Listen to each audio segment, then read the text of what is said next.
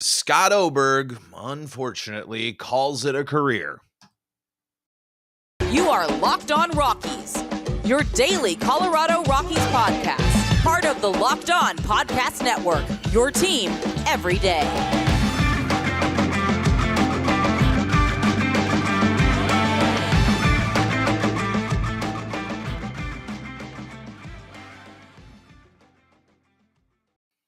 Rock on Rockies fans, welcome into the Locked On Rockies podcast for today, the 11th day of January in the year 2023. I am your host of the Locked On Rockies podcast, Paul Holden, bringing you your daily Colorado Rockies talk right here on the Locked On Podcast Network, where you can find your team every day. If your team is the Colorado Rockies, well, guess what? You are in the right spot. That's what we do around here, is talk about the Colorado Rockies. And today on the Locked On Colorado Rockies podcast, if you want to go that route, we're going to talk about the career of Scott Oberg. We're going to talk about him calling it a career. We are going to talk about his impact on the club, and unfortunately, a bitter and a really bittersweet end on the season for the Rockies. That season, I should say, career for Scott Oberg. And Scott Oberg is going to be responsible for one of, if not the biggest moments in Colorado Rockies history. When he comes in, the game is on the line, the playoffs, it's the wild card, it's still one and done. 4 straight batters turned down, keeping the Rockies in the game, and not only turning them down, but striking every single one of them out. Chills. Rockies pitching on the biggest stage, succeeding, dominating, being great on the road as well. A complete change of the narrative. Scott Oberg helped lay the table and lay the foundation for what I always will refer to was should have been a golden age of Rockies baseball. But in that moment, right there, Scott Oberg helped squash so many Rockies narratives. Can't make it to the playoffs. Can't make it into the big day. They can't make it to the end. They can't pitch. They can't hit. And, well, they couldn't hit in that game, and they couldn't hit in the playoffs, as we saw in the in that division series as well. But Scott Oberg was a huge part of that success and would have made huge strides for them. I mean, if the Rockies had Scott Oberg in 2019, who knows? A player like Scott Oberg impacts your team greatly. Let's take a look at his last 2 seasons that he was able to play for the Rockies, 18 and 19. So, yeah, he did pitch for the Rockies in 19, but I'm just saying going forward in 20 and 21 and last year in 2022 as well.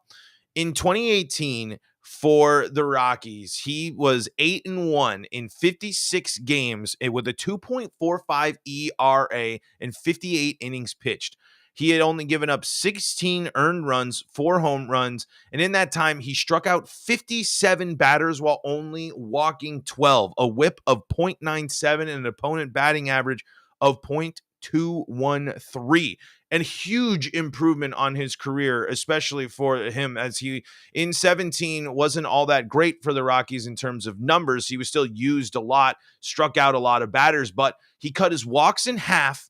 He struck out 2 more batters in 2018. The walks crept back up in 2019, but while he struggled with the walks, he limited hits. He dropped his opponent batting average against him to 196. The whip did increase to 1.11, but added on another strikeout, 58 strikeouts, only gave up 2 less runs in the year and gave up significantly less hits, 6 less hits for Oberg in 19. Those are 2 phenomenal years. 2.25 ERA in 49 games for Scott Oberg in 2019, 6-1 record on the season. That's nasty. That's elite. That's great stuff. And if the Rockies had that, If the Rockies were able to use to have Scott Oberg in their lineup, especially and add on with a Daniel Bard as well, one of your options, maybe if Oberg and his health was a little bit better, it's a different story when it comes to Bard and coming to the Rockies. But this is an example. It's a short career, as Oberg only played from 2015 to 2019 with the Rockies, but he's one that's going to be remembered for one of the biggest moments in Rockies history. And it goes to show you that there is success to be found in pitching at Coors Field and pitching in these big, high pressure, high elevation. Not, I guess that's not the right word there in this context, to handle these situations. There are, in the history of the Rockies, pitchers that you can sit there and say they were great. And while Scott Oberg's overall career is a little, it's kind of more three meh to okay years, or maybe will overall kind of complicate his overall numbers. But his last two seasons that he got to pitch for the Rockies were dominant. And if the Rockies were able to have someone like Scott Oberg in their lineup yet again, and especially these past few years, and if he was able to mimic anywhere close to that success, that would have been huge for the Rockies, and they would have had a really, really great pitcher. So the Rockies, they are able to evaluate pitching talent. They are able to develop pitching talent.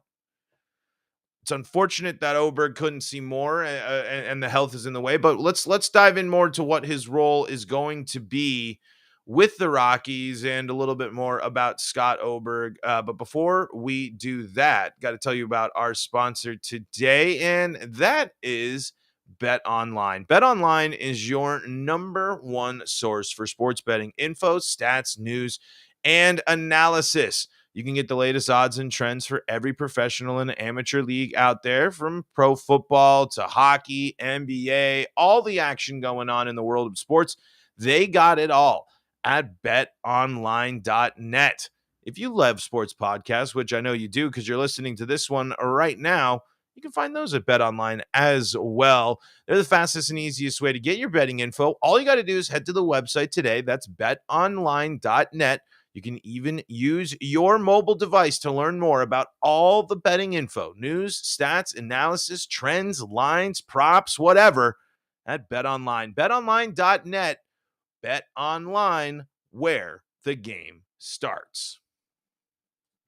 Scott Oberg is our topic of conversation today for the Rockies. We'll also talk a little bit about the patch that the Rockies announced. Want to give a shout out to our live chat today. Matteo here from Italy. Nicholas joining us as well. Eric Harper in the live chat. You can be part of the live chat too. Subscribe to Locked On Rockies on YouTube, and you'll know when we are recording our episodes live. And you can pop into the live chat, ask your questions, and we would love to answer them, or I would love to answer them. We'll talk about them. That's what we do here on the Locked On Rockies podcast. And thank you for making us your first listen of the day. You can make the Locked On Podcast Network's premier MLB Farm System podcast, the Locked On MLB Prospects podcast, your second listen of the day.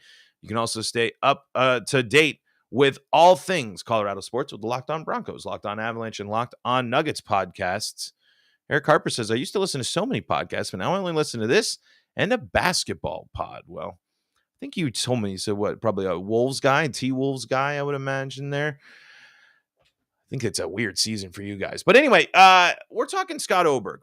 We talked about, this is a guy that is responsible for a big time deal of Rocky's success. I mean, Scott Oberg played a role in back-to-back postseason appearances for the Rockies. And Scott Oberg was showing that he was going to be a piece that was getting better and going to help the Rockies as they continued to make the playoffs, or at least that was what the hope was with the team constructed at the time.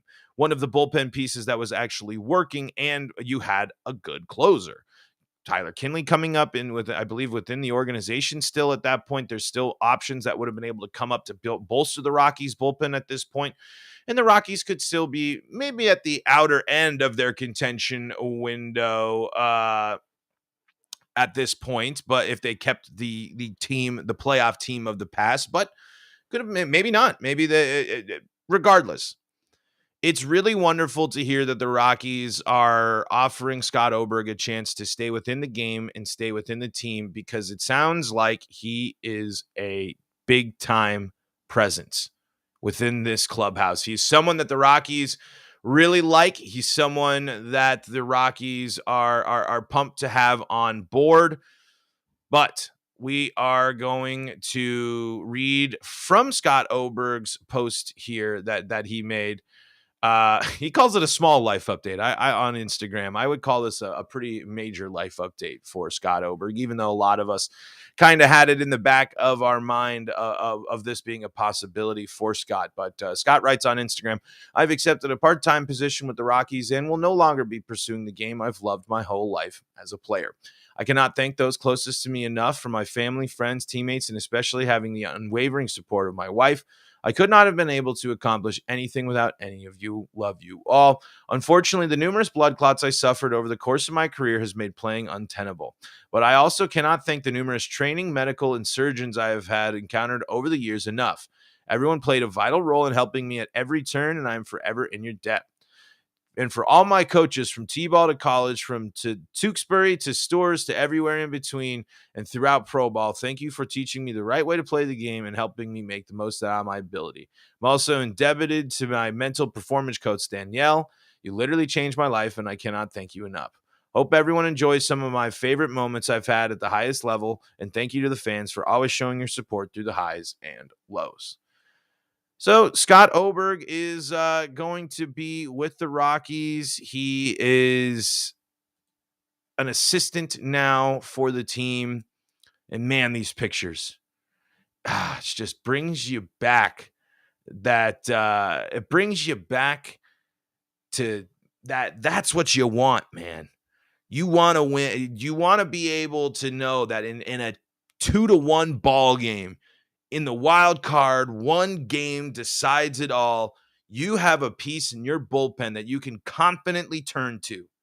And the Rockies had that in Scott Oberg. And honestly, again, I think Daniel Bard has proven to be a fine, if not good, MLB closer. I'm just saying, when we're looking at and reflecting on the career of Scott Oberg, those 2 seasons, 19 and 18, you knew, close ball game, they had a guy, and a guy that was showing signs of improvement, a guy that was getting better.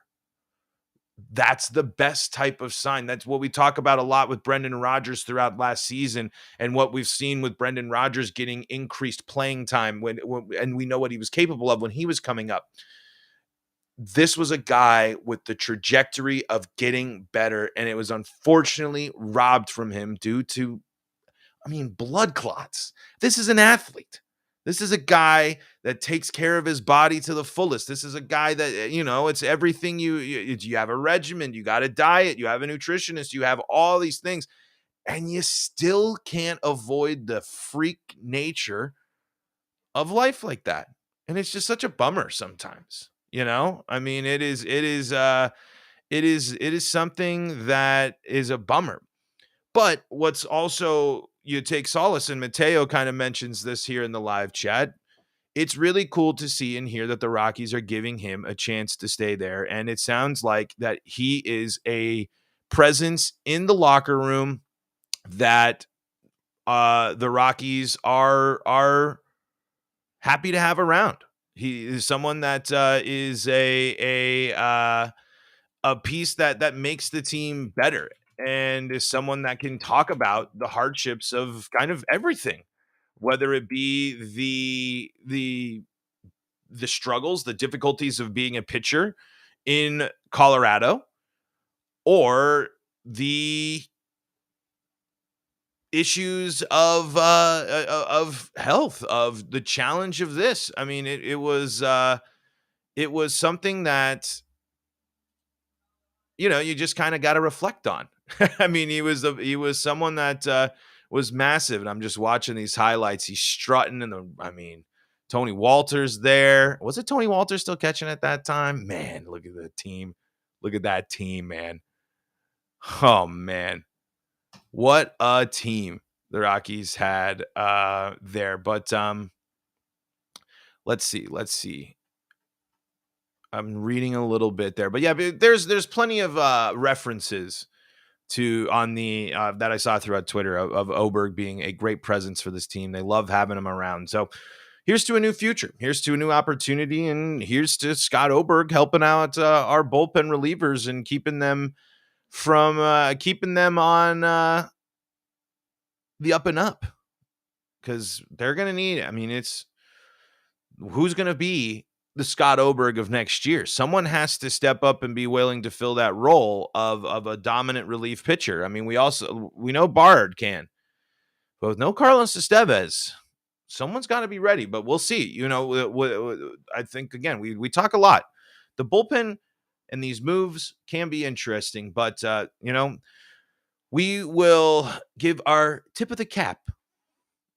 I guess I should actually do it, if I'm going to do it. For those watching on YouTube, to Scott Oberg, wonderful career, short career, but responsible for one of the greatest moments in Colorado Rockies history. Let's take a look into the live chat and let's talk a little bit about that 30th anniversary patch. Kind of circle back to something we were talking about a little bit before. Now that there is a 30th anniversary patch here in segment number 3. Locked On Rockies podcast. Here we go, folks. We like to chat with the live chat on our YouTube channel when we were recording our episodes live, so you can be part of the show.